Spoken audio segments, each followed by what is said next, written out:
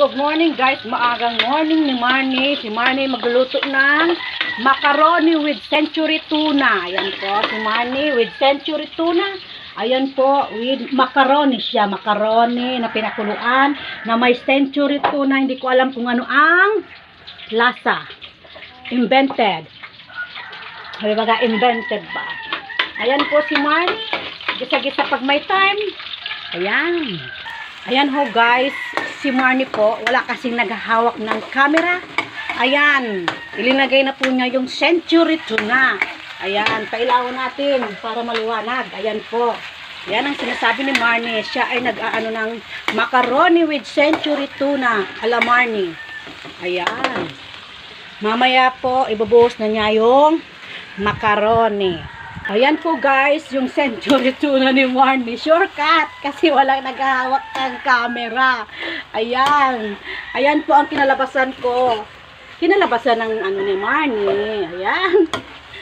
Ayan. White siya, para siyang carbonara. Kulang na lang siya ng gatas. At ano yan? All purpose. Ayan po ang made by Marnie. Marnie Navarro at your service. Dok. Maaga lang po si Marnie. Ano lang to.